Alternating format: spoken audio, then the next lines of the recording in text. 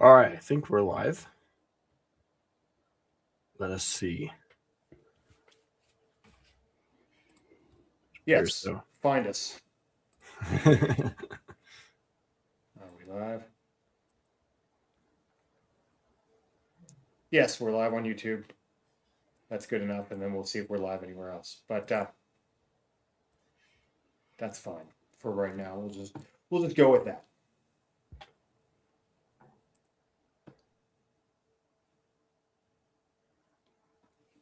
I don't know why my computer's a little bit slow today. But anyway, this is Jack Donovan, and you are listening to, or watching, PH2T3R, Patera, the Journal of Solar Culture. And I decided to go live. Hopefully, this is also live on my channel this week as a little bit of a joke. Because I got to the gym today. I work at a strongman gym, and the owner of the gym said to me, "Jack, could you go live for 3 seconds?" And I was like, "What?" And it's just because I did it by accident. I logged into the wrong browser last week when I was trying to send these guys live. And but I got really funny comments back from it, and I was like, well, maybe more people saw that. So this is the show that I normally do. We normally do. Sometimes I'm on it, sometimes I'm not. But this is the Order of Fire's regular weekly program, Solar Sundays, with C.B. Robertson and Ed Hamann, new store in Taurmenos, the Order of Fire. And I'm always trying to get guys to join the Order of Fire because it's so cool.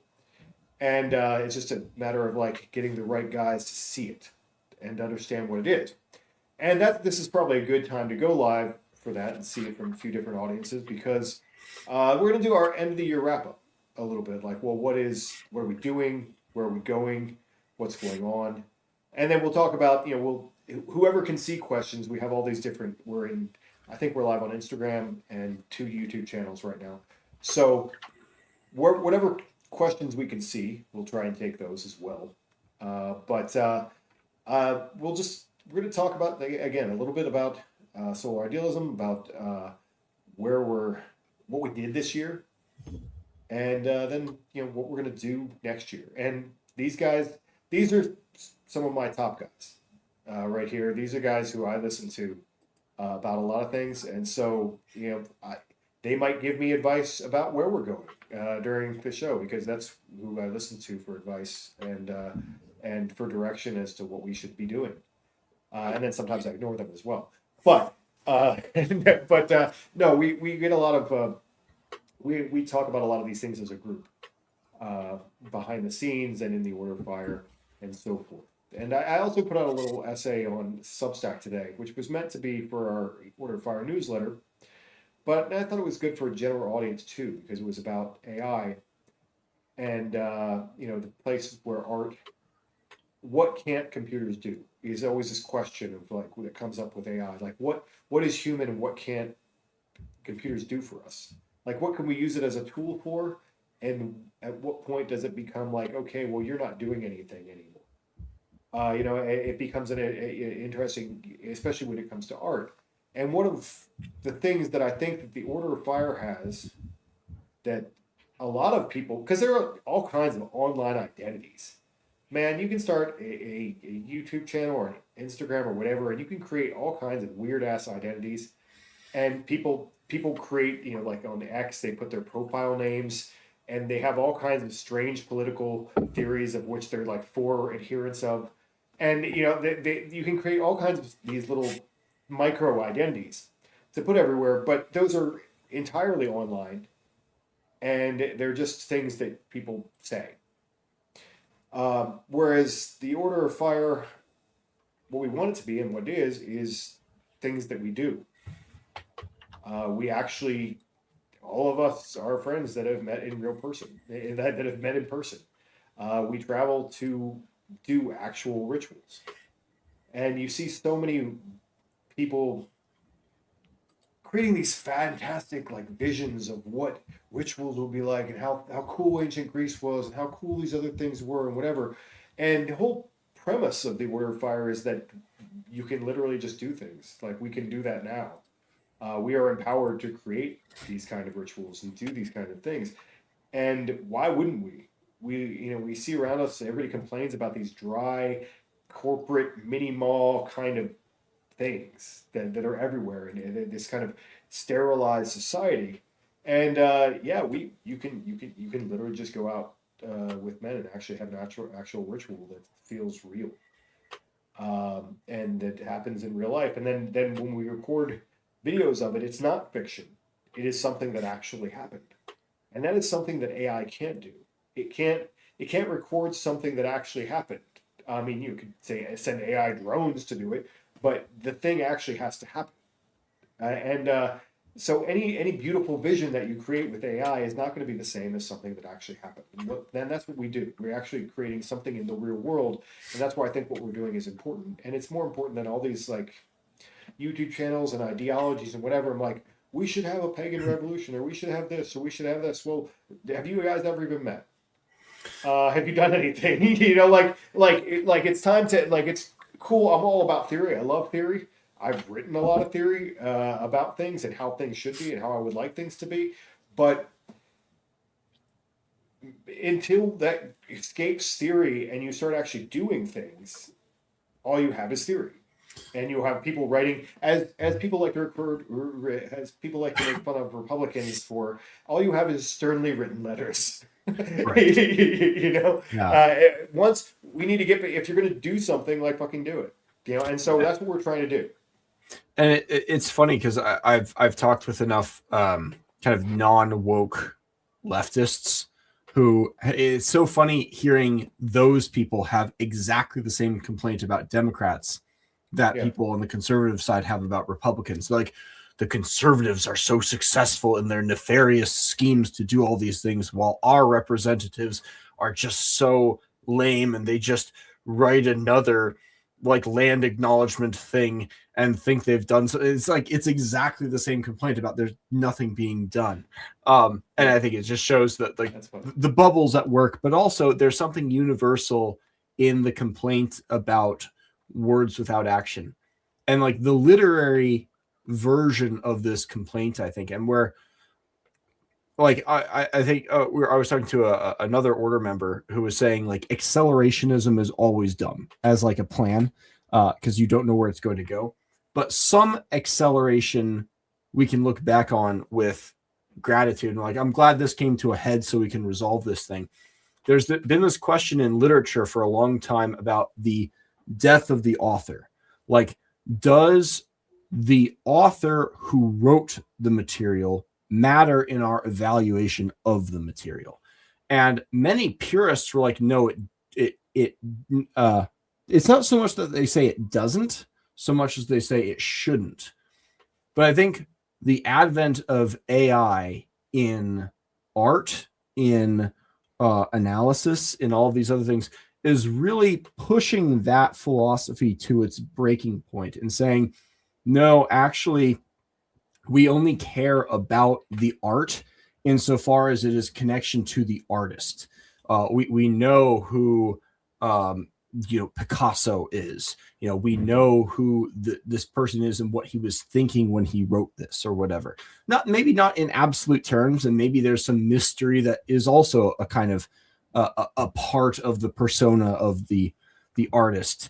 But like, if it's just written like it's AI is sort of the disapproval of the A Million Monkeys with Typewriters recreating Shakespeare. They can't reproduce Shakespeare because they can never be Shakespeare.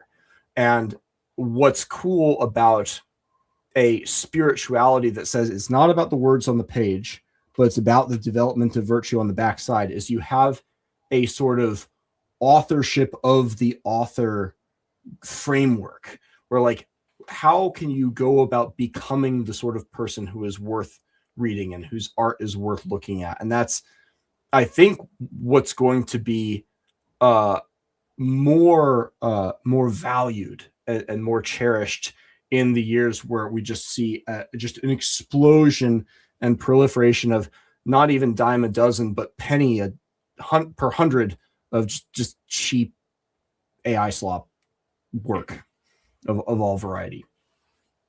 Yeah, I've been in an I was in a sketchy chat room that I was invited to Weren't maybe we like all? a year or two ago. People went in some sketchy chat rooms. But I was invited to a very sketchy chat room, one that I actually laughed because I'm like, no, I can't hang here. It was pretty sketchy. But there were all kinds of different weirdos in there, and there were some AI accelerationists in there. And one person was just jerking themselves off about the death of the author, and I'm seeing like the whole time I was just thinking, I'm right here. What? I don't want to die.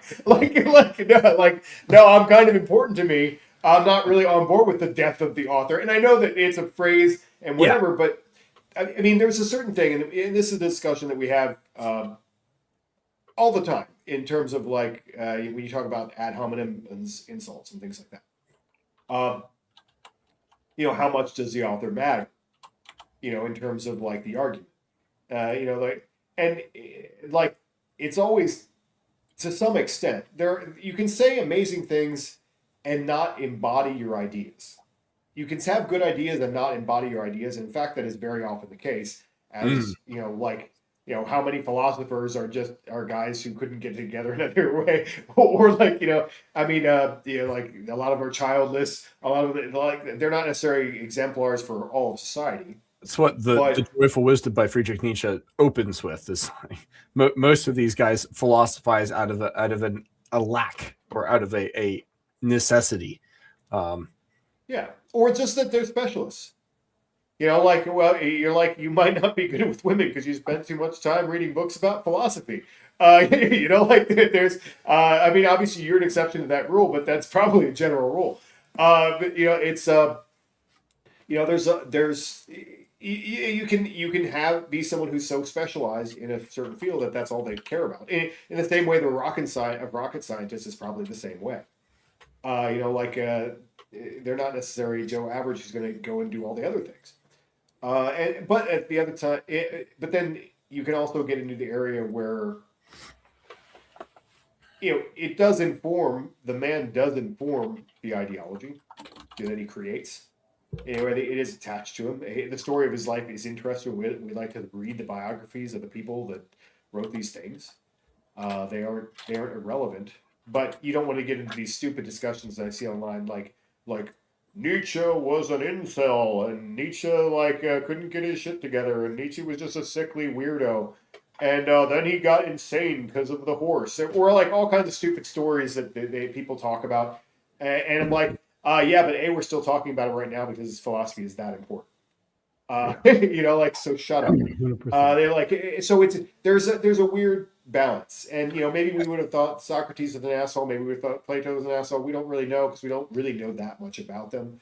So there's a balance there, but I think there is also something very important to the works of Plato about the life of Socrates and the life of Plato, and it's like if the death of the author theory was true, Plato and his writings would lose a lot of their power. Without the stories of Nietzsche, like trekking through the mountains to overcome his own decadent nature and his eventual going insane, whether it was from some inherited condition or from just grappling with such difficult issues, like some of the gravitas of his positions might be lost to some degree. Look at Christianity. If Jesus, there is some historical debate, but if it is accepted that he died on the cross, like that death carries some weight to it. And like perhaps our favorite example, Yukio Mishima, the life he led is connected to his work in a way that matters, in a way that some anon on Twitter just never can. And like we can read and enjoy delicious tacos. We can read and enjoy Bronze Age Pervert or any number, or Chateau Artiste, or any of these other anon authors. But there will always be a certain something missing in the possibility for connection that gives this art significance.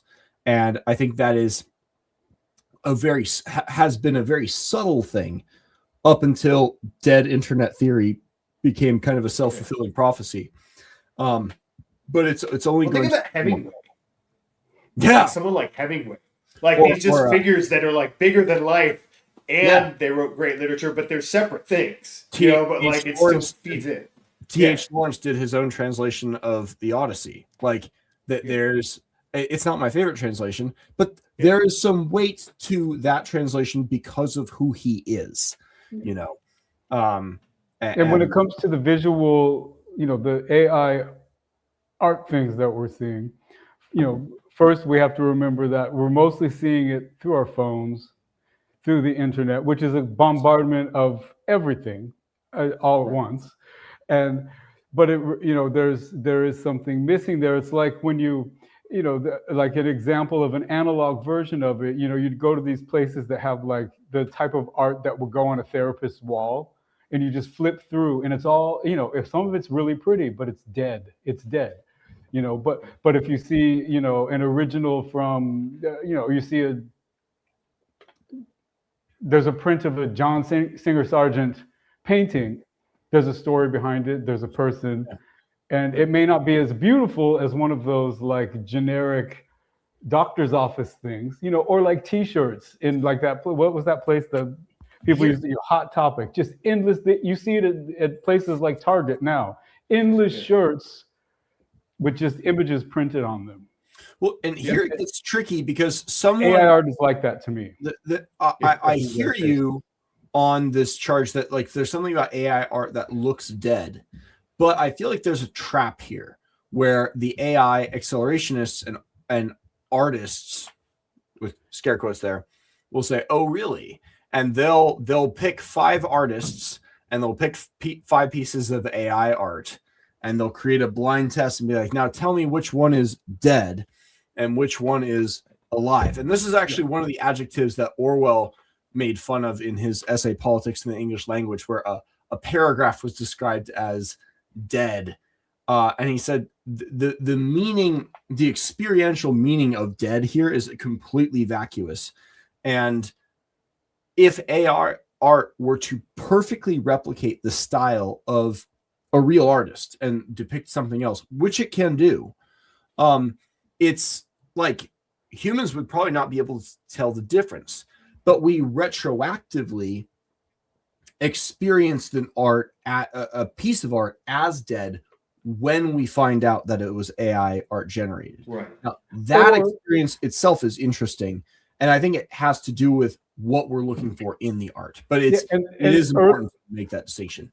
Earlier today, Agnator shared in one of our aesthetics and art chat this piece of AI art, and it was really amazing, really beautiful. It reminded me of certain classic films, but one thing that it triggered in me was, who did this? Yes, I wanted to know who did that. So there is a difference sometimes. Like I was like, who? Well, and the thing is, and then that's a thing. Like I said, I wrote an essay a while ago where I was like trying to think. I was trying to think my way through why I didn't like AI slop, and then I realized that it was because I was a snob. And so I didn't actually print that essay because I was like, oh, well, I've just written myself into a snobby position, which isn't bad. I like that I'm a snob about aesthetic things, but it wasn't the point I was trying to make originally about why this is bad. And that's where you come into this thing that the video that I was showing to the group today, that was good. And the reason why it was good is because it was made by someone who probably went to art school and really I mean, you can look at their whole profile, and they run a studio, and they're probably selling this to people as ad campaigns and things like this. But all of the stuff was good. It was really good. It was really evocative. It was really imaginative and well done. And someone spent a lot of time like coming up with weird, crazy ideas because that's the general direction of it. I mean, they're like mice exploding, crawling up this thing into this thing that explodes. There's all kinds of like really cool, beautiful things that a filmmaker 20 years ago would have loved to have done, but didn't have the budget for. Yeah. It's like I want to do something weird, but I don't know how, and they had to like do some problem solving to do something kind of less than that.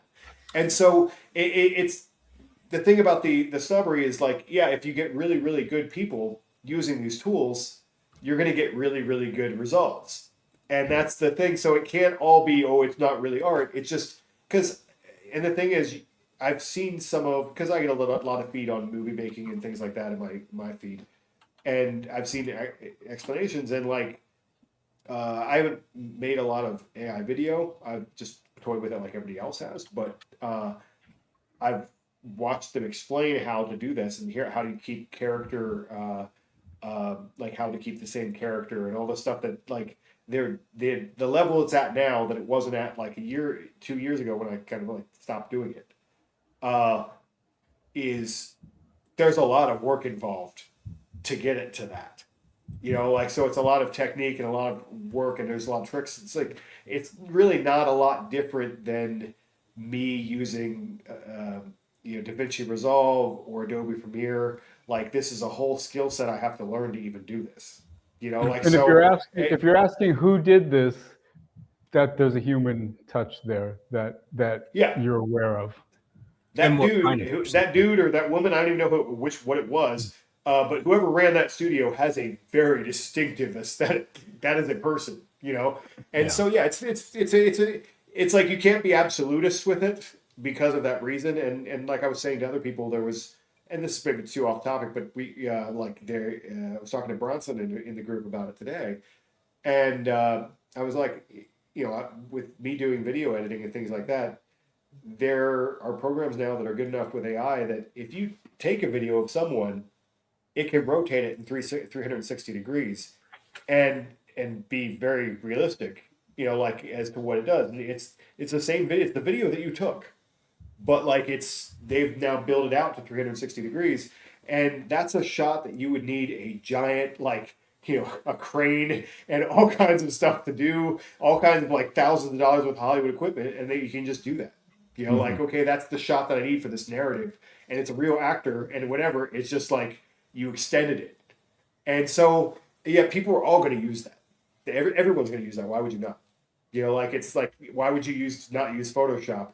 Why would you pay? Do you know how they used to do that shit? I mean, like, with actual, like, I need to take a zit off of someone's face. Okay, here's an airbrush, like a little fucking airbrush.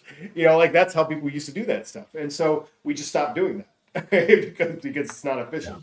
But anyway, I guess we're getting too much into the AI weeds or whatever, and we wanted to maybe talk about what the War of Fire doing. But yeah, there is some fun stuff that we can maybe plan on doing next year, because some of what we've been doing is reviewing literature, and not just like philosophy and stuff, but actual like great works of fiction and stuff too. There's a great short story by Luis Borges we might look into called "The Library of Babel," which sort of foreshadows a lot of this AI stuff, but it was from way back in, I don't know when it was written, the 1930s or so. I don't remember exactly when, but 1941. The premise is there's this library, and it's got a very complex, like, hexagonal architecture to it, comprised of every possible book of like 256 pages, with every possible combination of letters that can fit within those 256 pages. And in this library, people just pour through, and it's all arranged like in alphabetically from one particular combination down. So 99.9% of these books are complete gibberish. And of the remaining bits, most of those remaining books, most of them are gibberish with bits of sense, but everyone is pouring through all of these books looking for a book that will vindicate or justify their lives. And there's something very forward thinking in anticipation of AI and the world of large language models of this library of Babel that might be worth looking into. But unlike maybe, you know, an LLM written book, Borges was an actual person, and all of his short stories are amazing. And that one might be worth exploring, because I think people are coming to the question of AI without the without the aid of the thought of people who have kind of been looking into these kinds of problems in advance. Yeah. Well, I mean, they're doing the same thing. I was talking about, I also put another thing I posted to the group today was a video about Elon Musk talking about the future. And I don't usually watch a lot of videos myself, but oddly, at the Strawman Gen I was going to, one of the other 50 plus Strawman kind of guys, he's in tech. And so he and I were talking about this. And, we both are of a certain age. Obviously, I think, he's 52. And he's like a year older than I am. And when you have these young tech founders selling you how amazing everything is going to be, and you remember when the internet started, when you're old enough to remember when the internet started, oh yeah, it's always just rainbows. It's always just like rainbows and whatever. They don't tell you about them. Like they never said, you know what? There's going to be like OnlyFans. They didn't say that. Like when the internet came out, I mean, everyone was downloading dirty pictures like really slowly. But like, I mean, aside from that, like they didn't say that. I looked into the history of that. They were putting up, what's the word for where you use like keyboard characters to create images? Oh, 100%. Those were the dirty pictures using those character things were some of the first images on the internet. No doubt. No doubt. Yeah, because people are people. And they're going to do the same shit no matter what. But yeah, like that was at the beginning, but like that, no one would have committed like, oh, well, your daughters are going to sell themselves for $1 on OnlyFans. Like that was not sold as part of what we were getting with the internet at all. And so like the idea that they're going to put out AI and it's all going to be like rainbows and butterflies is, to anyone who's lived through a couple of these cycles of tech guys selling us bullshit, we're like that's not going to be like that. That's not how it's going to go down. I mean, I don't know what's going to happen, but it's not going to be like that.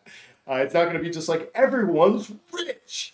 Like that's some of the stuff I was saying. Like that's not going to happen. It's interesting. But anyway, well, I guess we should ramp through a little more of what the order does. Like I said, this show weekly, you guys talk about different stuff. Sometimes I'm on, sometimes I'm not. Sometimes we have other members of the Order of Fire come on and talk about ideas and philosophy and so forth and what's going on in the world. And like from our perspective, and I think we have a really cool group and a really cool group of guys. And one of the things I wanted to say about this next year, and most of our guys listen to this on Spotify later, I think, because it's late, and a lot of the guys have families and whatever, and so they listen to it later. And one of the things I really want to highlight this year is that I want to make more stars. I want to encourage some of our guys to step up into leadership positions and into more public positions and do more things, and encourage some of the guys to do more things. And because I feel like when I look at the content of the Order of Fire, it's still a lot of Jack Donovan. It's like, I'm shouting in a video, and I like that job. It's my favorite job of all time. But I want to focus more on the experience that the other guys are having, and also that they're cool guys. And because I really like the guys in the Order of Fire, and so like I want to focus more on them. And I used to worry about it because I was in another group where everyone was really worried about being on camera and weirded out by it, whatever. But I don't think we live in that world anymore. And I think that, as we talked about, this is one of the things we're talking about today, was that what we're doing is a bridge between art and religion and philosophy. It is all of those things, and really, art and religion are basically the same thing. Like in many ways. I mean, that's all the best art is really religious art in some way. Not all of it, but a lot of it. And a lot of the modern art is just gesturing at religion because it can't be religion. It wants to be, though. It wants to create awe in the way that it does, at least the good stuff, not the stupid, shitty stuff. But want to create something beautiful, something amazing, something that creates awe. in the way that what some of these big churches did, and all these things. And so we want to do that, and so they're all the same thing. So I think a lot of our guys are actually on board with the fact that we're making art, we're creating a religion, basically. Like how you define a religion it becomes interesting, but functionally, we have a very light religion. We don't have a religion that's like like weird and oppressive, but it's more like encouraging you to be better. But we do have something that has a lot of the facets of a religion, and we're also a fraternal organization, and then we're also, the other side of religion is philosophy, because it's worldview. And that's like your area, and that's where you and I write about and talk about those things a lot, like about philosophy and why we're doing things, and why, and what makes sense to do, and why should we do this, and let's examine this. Right. Well, and it's also important to emphasize here too, and this is, I don't think solar idealism is distinct from many religions in this regard, although it is distinct from some religions in this regard. That for solar idealism, the philosophy really is kind of downstream from the art. And many people think it's the other way around. Many people think that and this is something that Forrest and Cooper and Ed and I were talking about last week, where we had our marathon discussion, with solar idealism and Christianity, sort of discussing these kinds of deeper questions. That if you try to begin with philosophy, you have to kind of bootstrap your way up in a way that will be actually very unsatisfying if you're looking for justification at like a rational level. And that in most of these powerful organic movements, it is not just anthropologically true that art and ritual precedes the philosophy and the justification, but it is important and good that art and ritual precede the philosophy and justification. That doesn't mean that philosophy and justification isn't good to have. It's like having the shaft behind the arrowhead, but it is there is something more, I think, honest in leading that way, because a lot of what philosophy and logic is doing is just trying to find internal consistency, internal coherence within a given worldview. But there's no clay for the potter to work with if you don't have that the artist and the visionary in the front. And what I told Forrest is that speaking of AI, the other end of the transhumanist tech accelerationist movement is the anarcho-primitivist movement. Anarcho-primitivism was really big in the late 80s, early 90s. It was like an actual political movement. I had a podcast discussion with one of the guys who was involved in that back in the early 90s. And I asked him, who was the philosopher who really started it? Was it Ted Kaczynski, or was it like John Zerzan, or was there like J.R. Tolkien influences that led into this? And he was like, actually, it wasn't any of those. It was really a punk music movement that started it.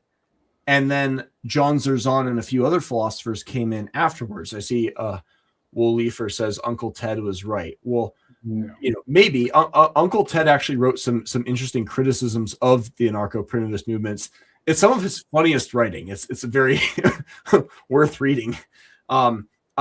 It's funny you mentioned this. I have an essay coming out next year that is my attempt at a criticism of Ted Kaczynski and his power cycle theory of anti-technology.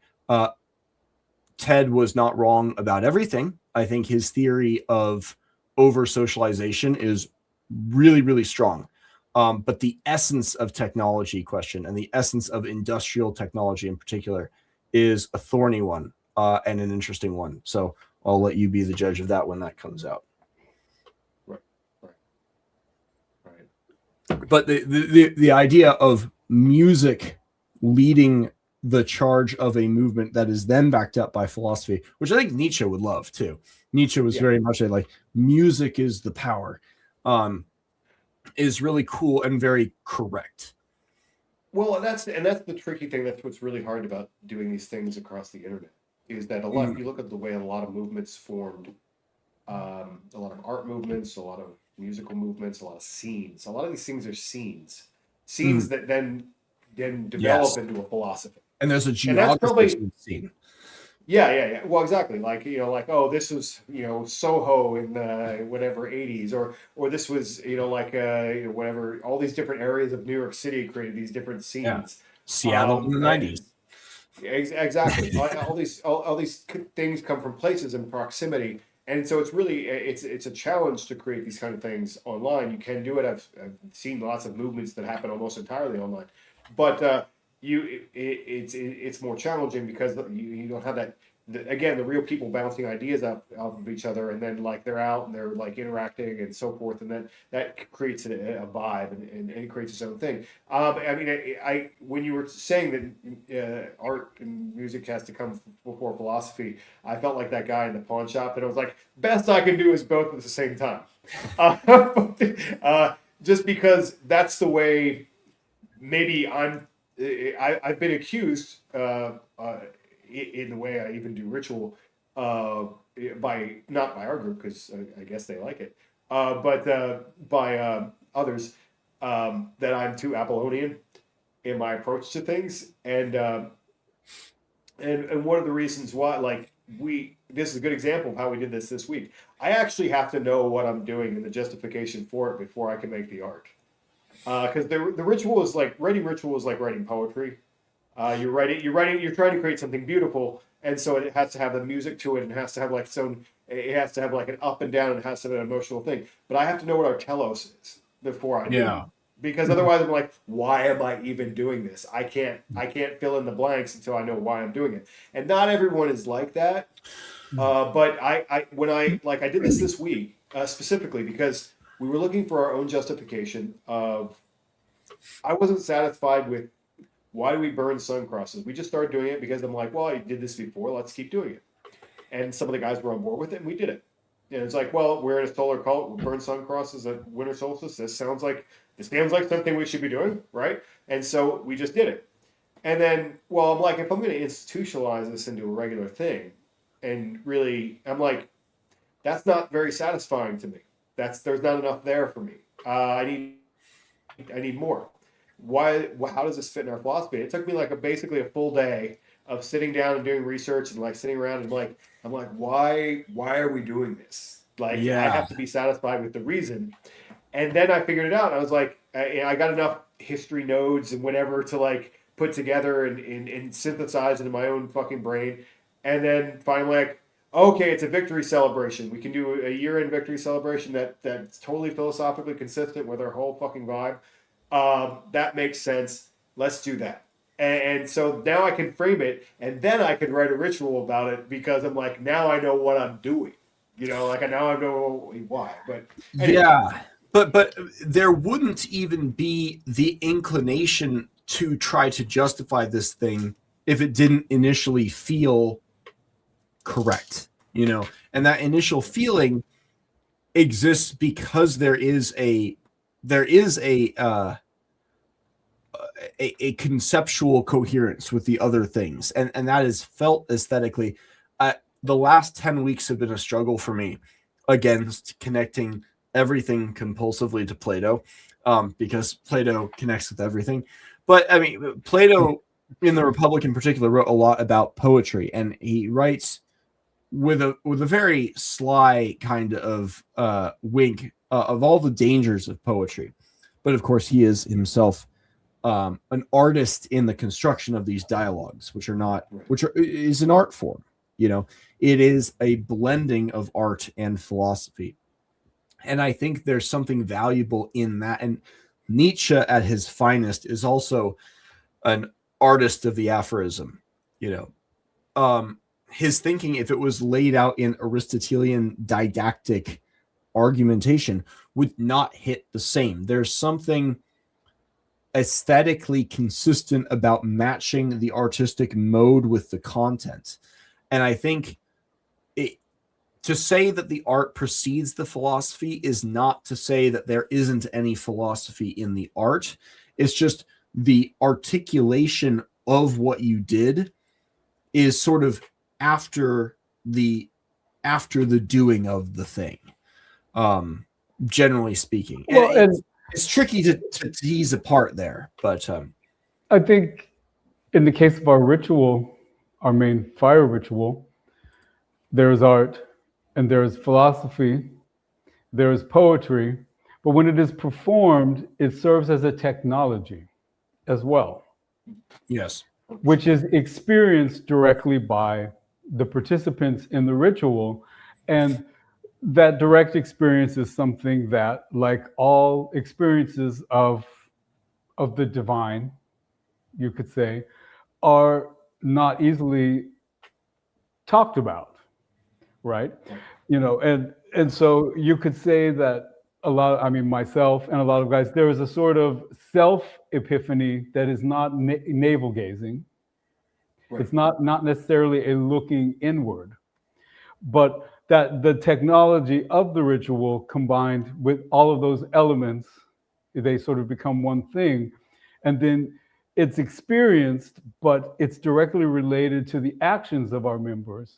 Yes. And they're taking action, and it comes out as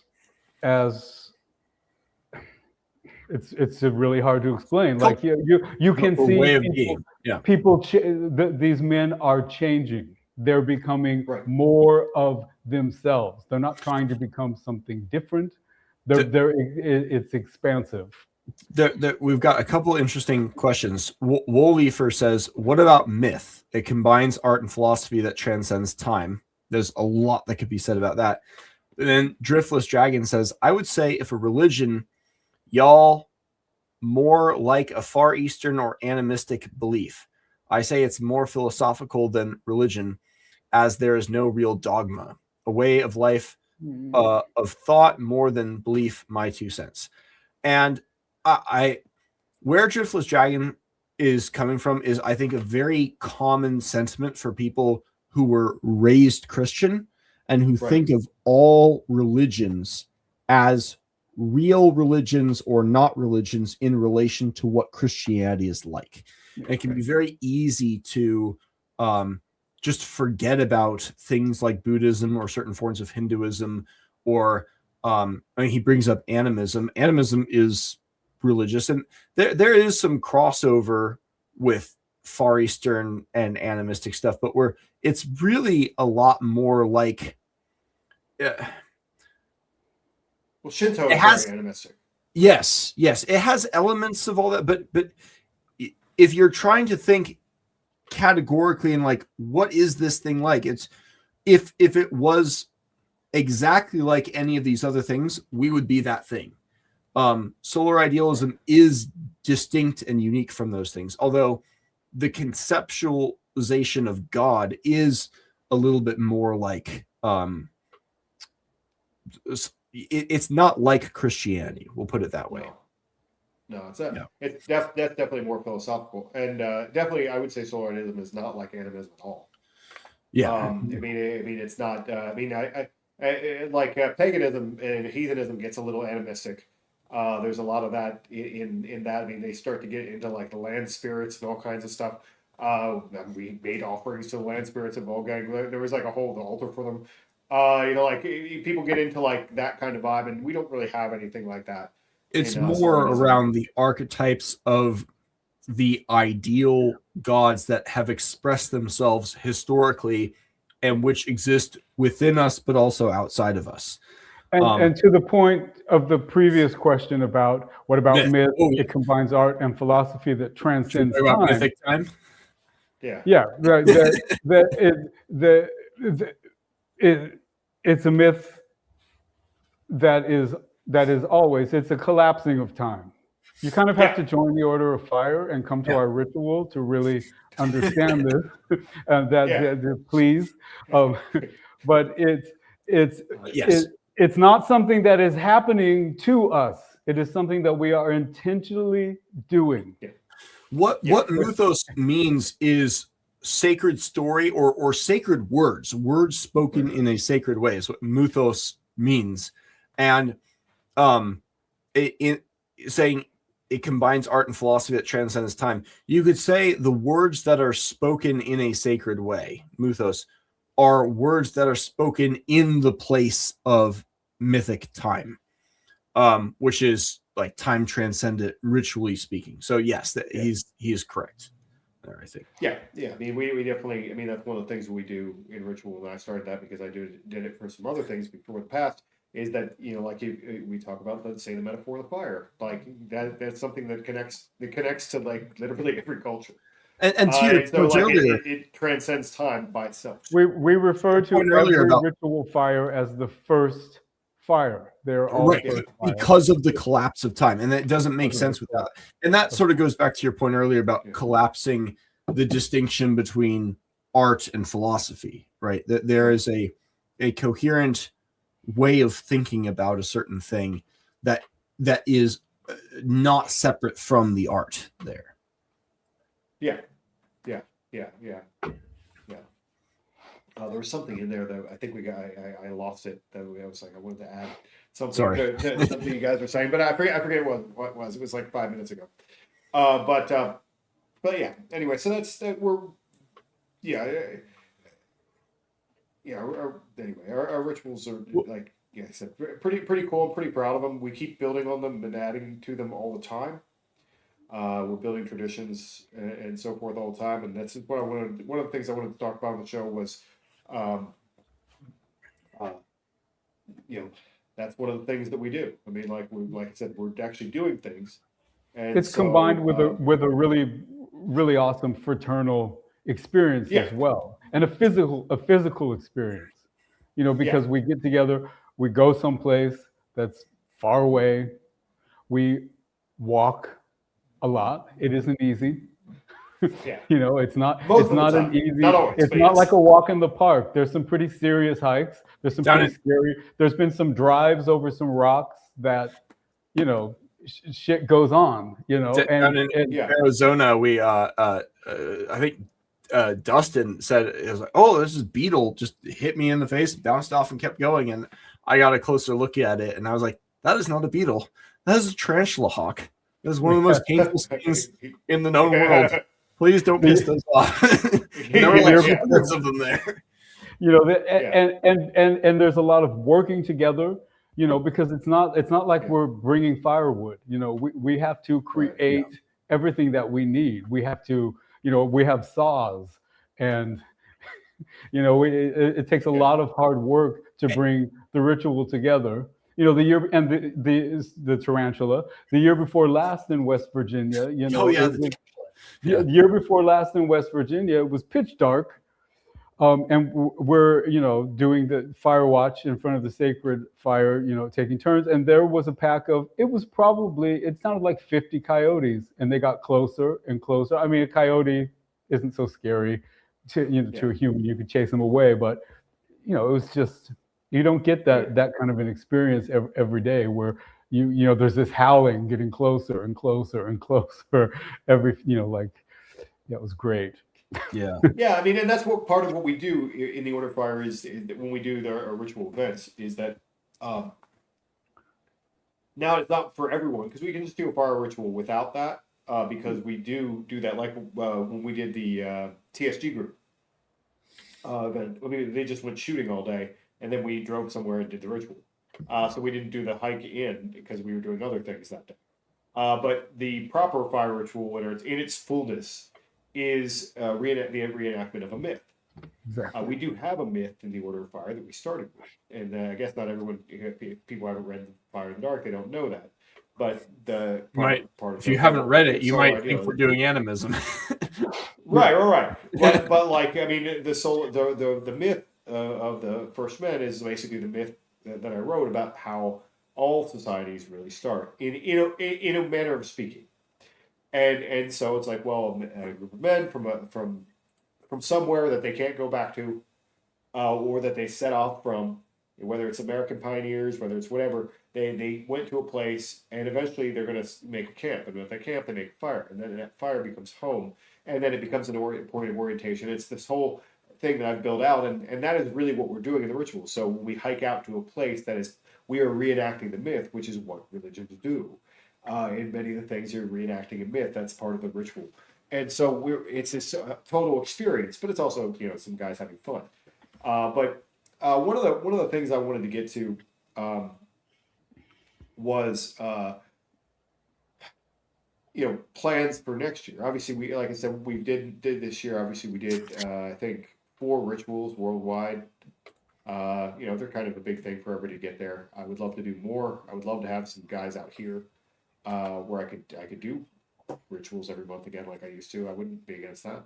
It's a lot to do, but where I could do more events and more things that are local.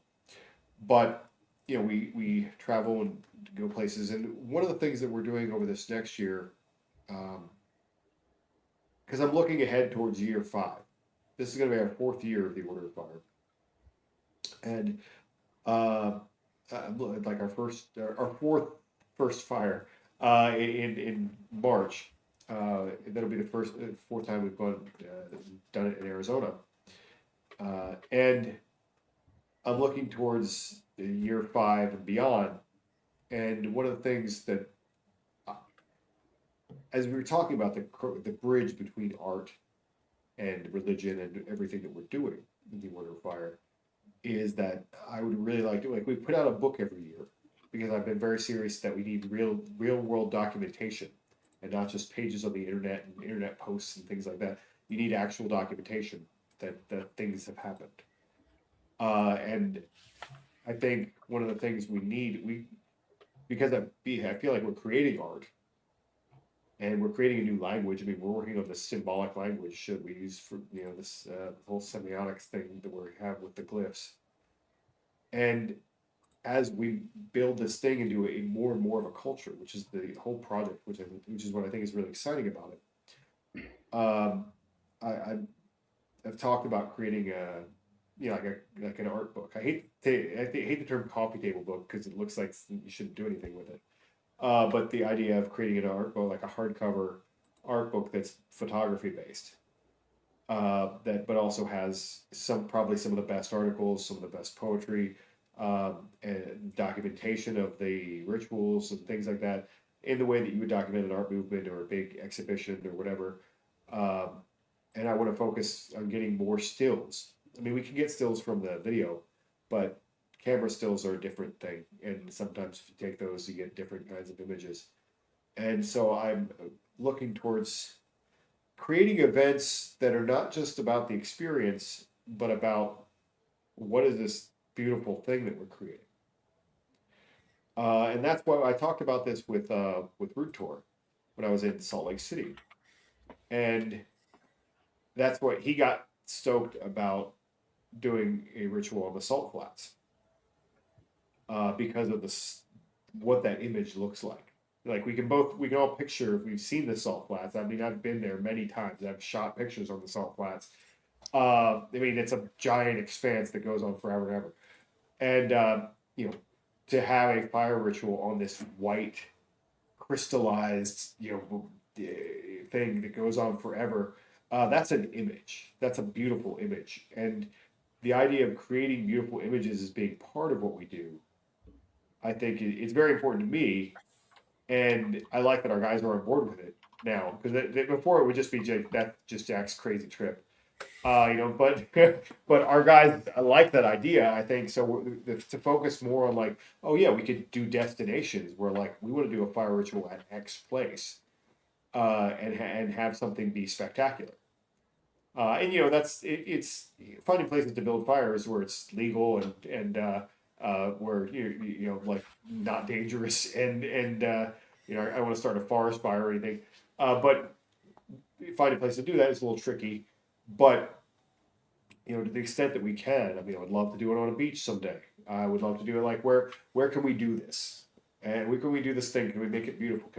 How can we make it more evocative? And then it really gets to like what we were talking about with like the AI imagery and stuff. Like they're gesturing at these like powerful religious images. Well, how can we create them?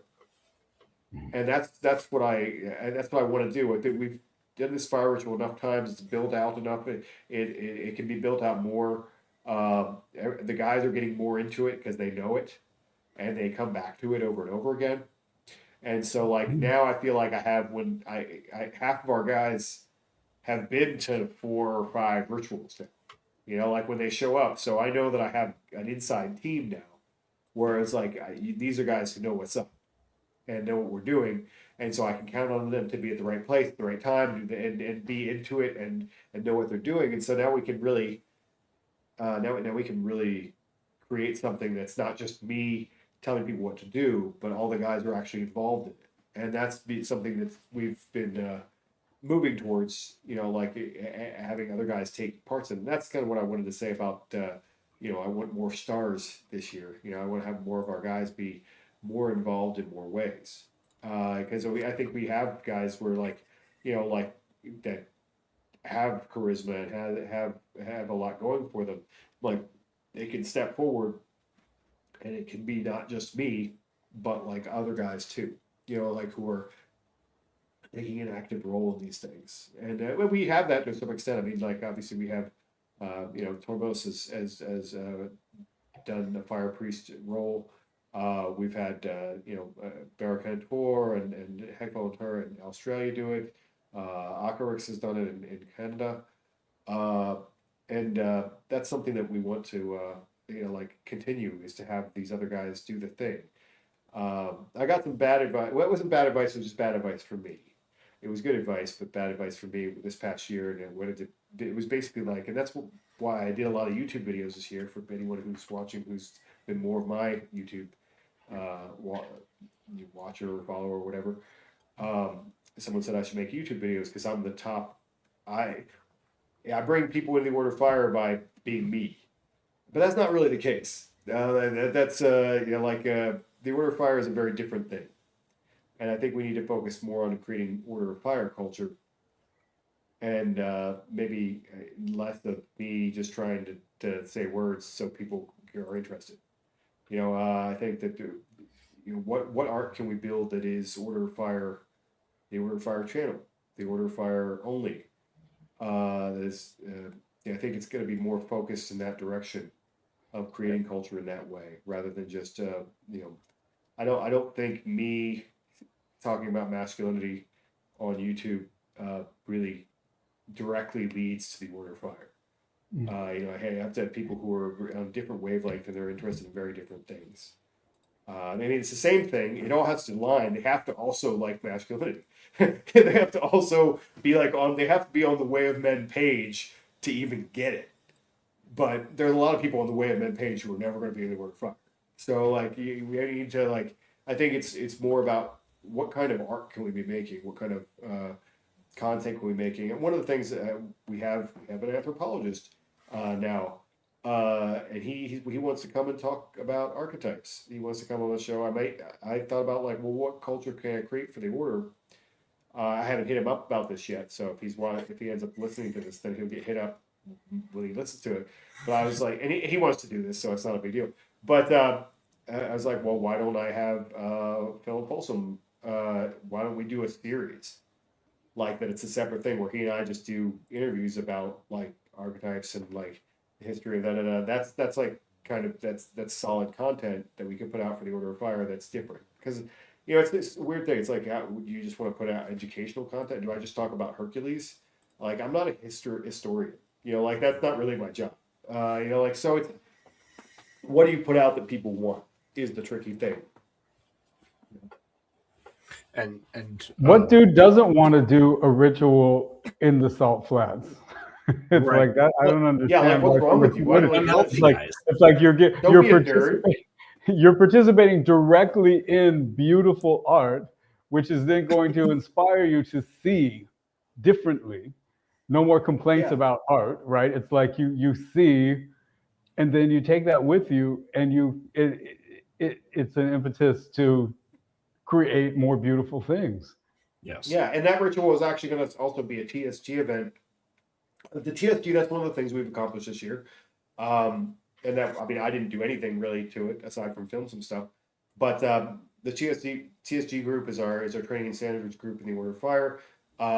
We have a guy who Gontor, who is a professional gun instructor and a former Marine Raider, who he just loves the Order of Fire, and he's just been very involved in it. And he volunteered to create a training group within our group. And so we have guys who have trained with him and met his standards of what they should be able to do just tactically. I mean, there's no purpose to it. It's not like we're going to war. But I think it's good for guys to understand. It's a good arc for men to go through, whether they, some guys are just going to like shooting guns for forever. And then I went through an arc with it. I don't really do it anymore. But like I've had that experience. I know what it is to be out there with an AR and like be doing drills with dudes. I've done that before. And so that informs my sensibility of what the striker is. And so I think it's good for guys to go through that. Now, whether they do it forever or not, then that's just kind of what kind of a guy they are. But we, have guys that are really into it, and that's their thing. Like I said, I clearly like getting punched, fucking taking shins to the face more, which is what I did today. I'm more of I like doing jiu-jitsu and grappling. That's become my man violence thing. That's kind of my area. That's what I've focused on. I spent 8 years on it, so like that's kind of my jam. Even though I don't feel like I'm very good at it this week, and also I got hit in the face today, which was not because I wasn't good. I was actually totally being pretty dominant when it happened, and he got mad and kicked me in the face. But I mean, not in a bad way. He didn't do it on purpose, but he was just trying to make a move, and like he just shinned the eye. But yeah. Well, like that's a big part of the archetypal framework too. It's not like there's one way to do this. It's not like there's only one way to be a father. It's not like there's only one way to be a Lord of the Earth. Santa Claus is a bit of a Lord of the Earth archetypal character. And you can connect with the striker via grappling or by shooting, or like me, not really shooting, but endlessly respray painting guns. Or it becomes Lord of the Earth at that point. Just making or bow hunting, or Muay Thai, or just weightlifting. Just weightlifting itself is connecting with this striker ideal that has been idealized in all these different religions around the world for all of time. And in the same way, the lawmaker, or I'm sorry, the statesman, the lawgiver, is connecting with the father archetype, but so is the poet, and those are different, but they're tapping into this same energy. And there's not only one way to do that, and there's much, much more to explore in the various modes that present themselves for connection to these archetypes in different contexts and different places. And that's one of the things that's so exciting about this. Yeah, and we've got dudes in the Order of Fire that pretty much cover all those bases. So it's like like you don't have to go all in on something, but you can definitely get a taste and understand more. It's like I'm not going to do jiu-jitsu. I've had sample moments of jiu-jitsu. I get it, but I'm not going to go all in on it. We explored jiu-jitsu together. Yes. Yeah. There's a very good. I mean, I lift weights like a religion, but jiu-jitsu, there's a very good chance that I would end up in a body cast. There's a very, very high risk of that, and I'm aware. But it's like there are guys there that are happy to say, "Okay, come on, I'm going to show you. I'm going to teach you what I know right in this moment." And so it's like, okay, I get it. No, thank you. But or maybe not. Maybe that will change. I don't know. But like anything, whether it's shooting or I've always wanted to work with wood. And, there's a guy in the Order of Fire that's done a lot, and the opportunity is there, and you just become more. Yeah. And the reason why I brought that up originally was because the Salt Flats event is actually also going to be a TSG event. So there'll be, we're making art we're going to go out and make art in the Salt Flats and do this ritual and make something beautiful. But before that, a lot of the guys, not all the guys probably, because there'll be guys who just come to make the art, but a lot of the guys will be out shooting all day before that. So we have that balance of those two things, and that's one of the things that we try to maintain in the Order of Fire is that I think men need that balance of things. We have guys who come in who are just striker guys, and they really need to go create something. They need to go do some art. We have a challenge like that when people start the Order of Fire, like do something creative, and they're like, "What?" And but it's important. And same thing. And the guys who are just creative, we want them to do creative stuff. I would love to have more artists, and we have a bunch of guys doing music right now, which is exciting. They're actually on it. There's 4 or 5 music projects happening in the Order of Fire right now. Nice. But it's good. It's good stuff. It's like actually sure. it's good. Yeah. It's not like someone got their first Casio like thing and they're like it's like dudes who know what they're doing and they're making some good music, and they're working on some cool projects that are coming down the pike. But we'd love to have more of those. I'd love to have more music being created, more poetry being written, more articles being written, more fiction. We have me and Jeremy are both into filmmaking. And so we've got recipes. We've got recipes for you if you want to cook.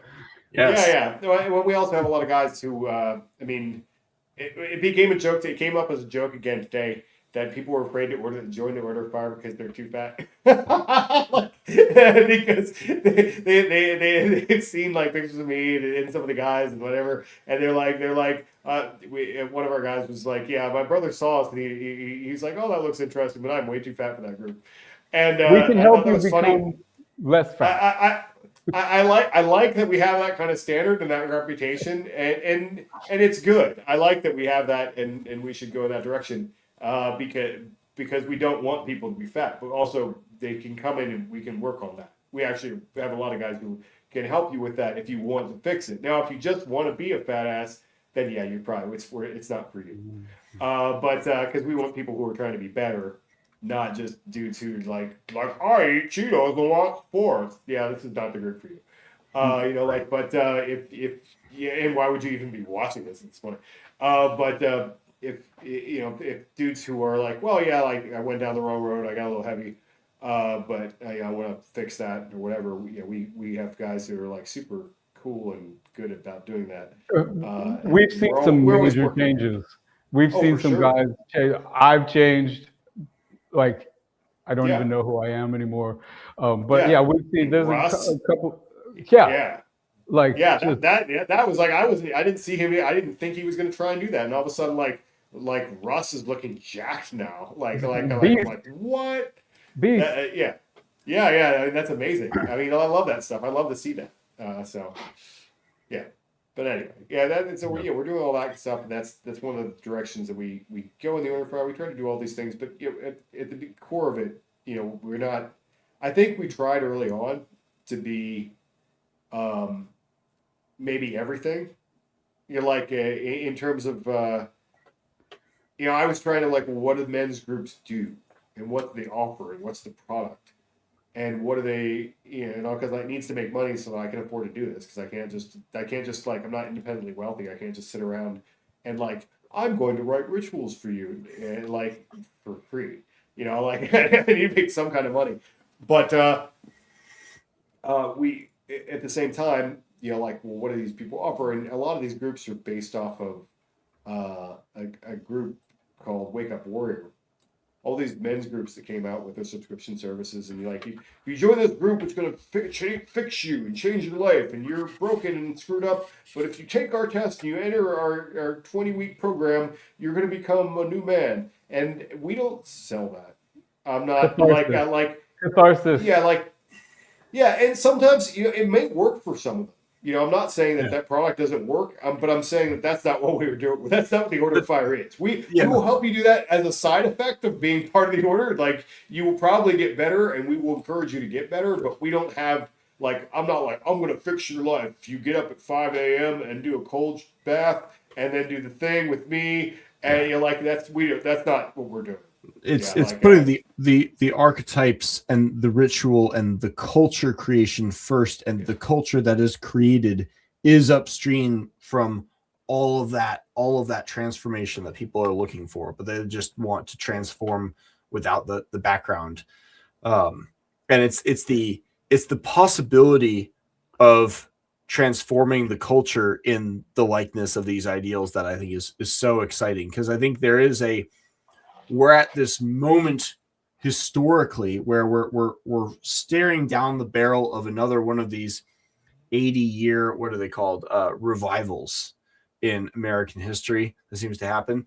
But Christianity, not only has it lost a lot of its vitality, but through the internet, it has been taken over by a lot of grifters and charlatans and just superficial fakeness that even a lot of Christians or people who would be interested in Christianity in the hope of saving their culture or something have been very disillusioned by.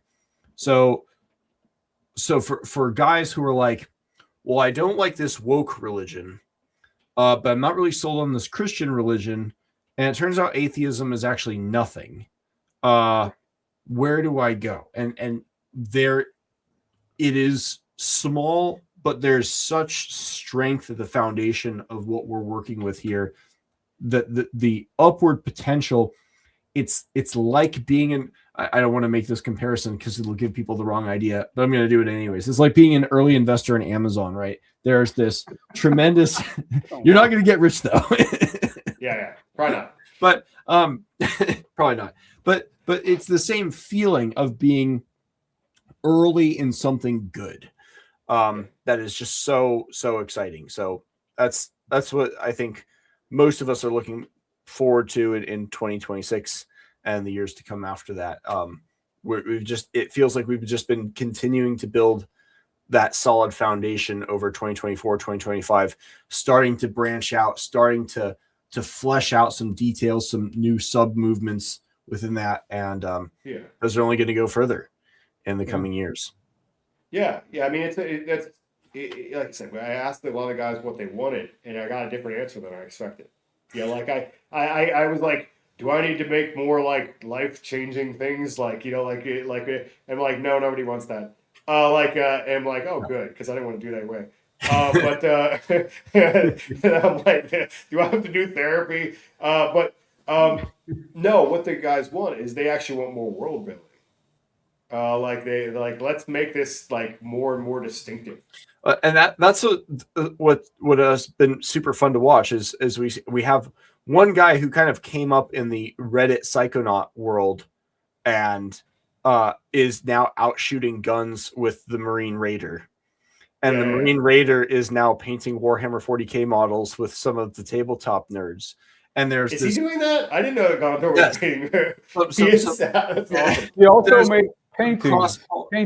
Yes. And the cross-pollination from all these participants, all these members who are all trying to embody the archetypes of excellence, of masculine excellence in all of these domains, it can't help but drive everyone upward, and that spreads out again with everyone they touch to. I was traveling over to the west side to Seattle area this weekend, and I was wearing not this one, but the long sleeve, and I was like getting looks from people, and it's a very subtle thing to see the adventure shirt getting like just very subtle appreciating looks, but it's just a little bit of that trickle outward spread of positive culture contribution to the commons in a good way that is contagious. And I think people not just within the group but outside the group, people just in the world, in the country, want that and are looking for some positive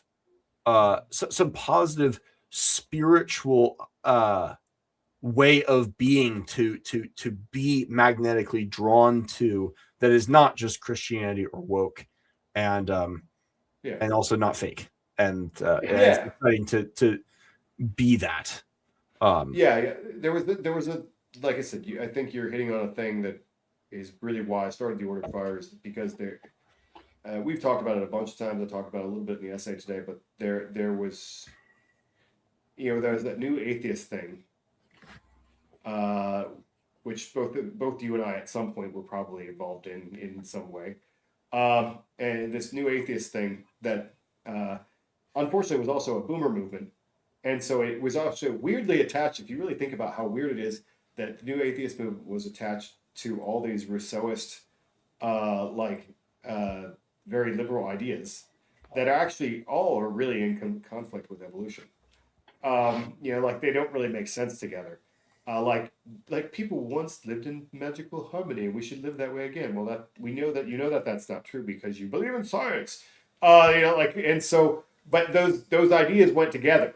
Like all those bad ideas went together. So I think there's a lot of people who are like, like they have to be either Christ is king or woke nonsense, because woke became associated with all atheists or all non-believers in Jesus or all, like whatever. And we're splitting the difference of that. We are neither nor, or like that, from those two things. A third option.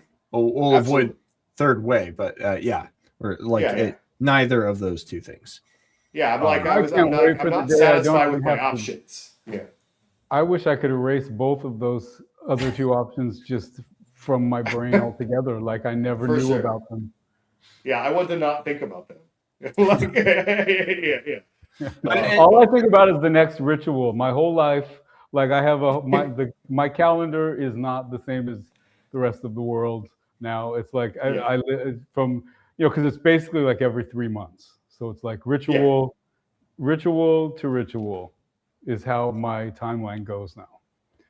Yeah, and I'm really, I've been that way for a long time. Like my body weight and cutting cycles are like all organized around events, and they have been for like, I don't know, 8 years. But it's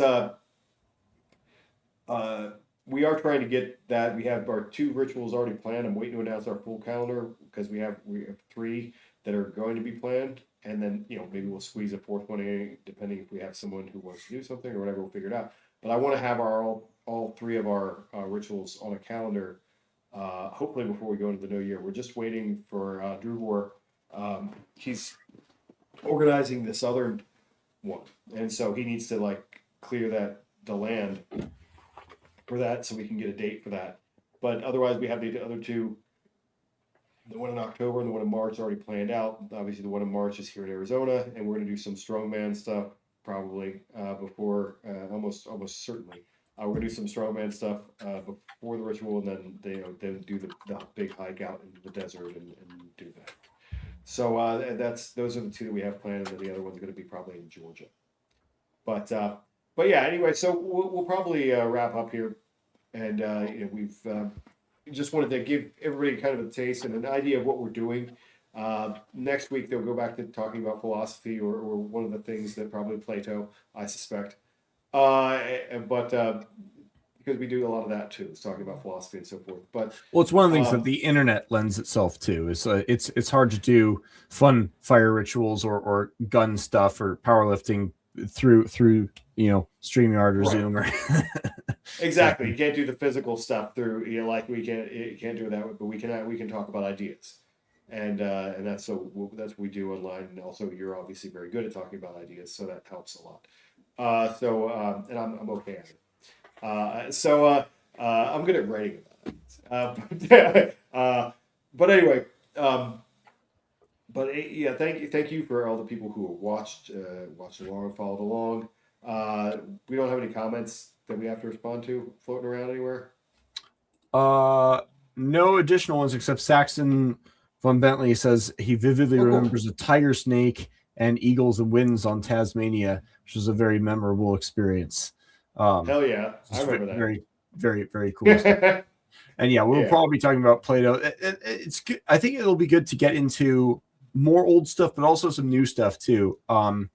The Borges piece might be fun to talk about at some point. I'll see if I can get Ed, get Taurmenos to read "The Truth Is a Cave in the Black Mountain" by Neil Gaiman, which is it's a short story and a fun one. That is it's a fun read. It's a story, but it does tie into some of our ideas about truth and language, and there's a lot of symbolism there, and it's a fun read. And language and symbolism. It's an even more fun listen if you can get the audio version, because it's accompanied by music in the reading of it too. Nice. That goes together. Excellent little pieces, and there's all kinds of pieces that are not explicitly solar, but which have solar themes tied in to them, that are there waiting for waiting to be explored and understood in a different light that often the artists themselves weren't able to fully express, and that's what we're here for. Yeah, and I probably haven't told many people, but everybody in the Order of Fire knows, because I'm working on a book on the topic of virtue, and I'm only sharing the chapters with the members of the Order of Fire right now until I get it done, and so that's they're getting those, and I have more to write on the third chapter, but after that I have to get back into Aristotle, and when I do that, I'll probably want to come on and talk about certain chapters of Nicomachean ethics, because like I've been going through it really slowly, because I did an audiobook course and I've read it before, but I'm trying. I really, if you're going to talk about virtue, you really have to be like locked on Aristotle. So that's kind of like the base for all that stuff. So I mean, I may even come on to talk about. He writes some really good things about friendship, and I might want to talk about that at some point. So I might hit you up to talk about like a chapter from Aristotle here and there.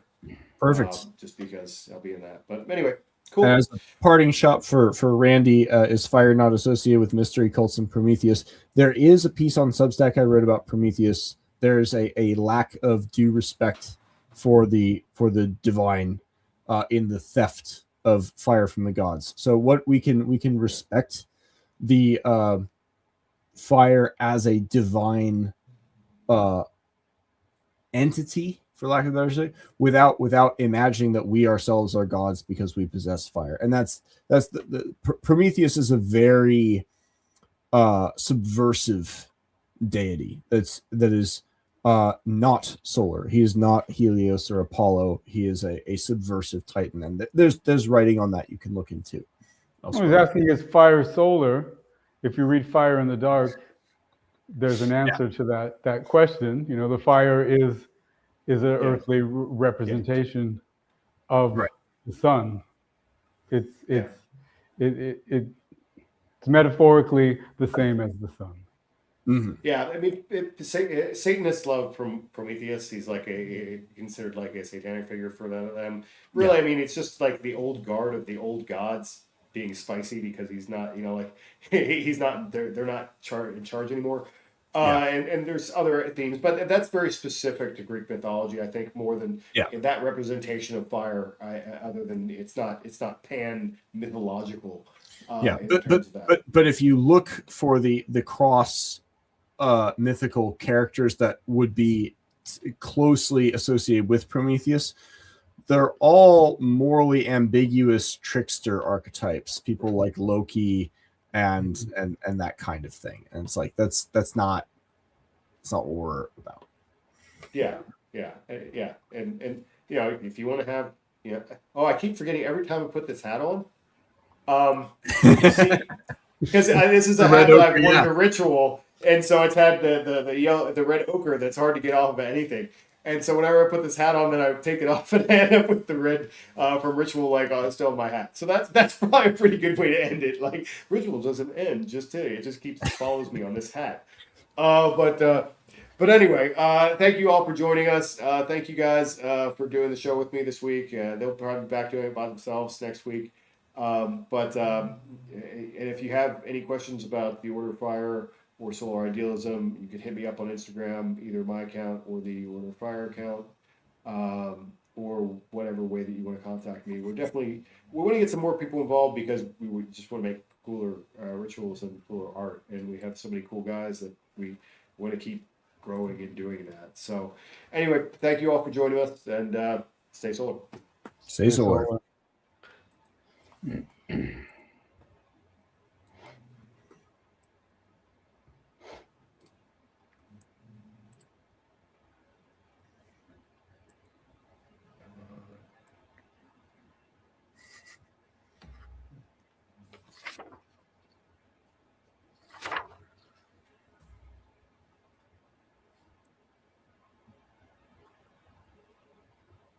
Hot mic. Yeah. Still hot. Thanks for the questions, Randy. There are some good ones. They have answered, but we don't expect everyone to read every single thing we've written over time. And there are good questions. Fire gets associated with a lot of things in a lot of different ways. So the association of fire we have is kind of idiosyncratic and specific. Thank you for watching or listening to the Journal of Solar Culture. Don't forget to hit like and subscribe and leave us a comment. The first volume of our journal is available in paperback and now, finally, on Kindle. Pick it up in our store or on Amazon.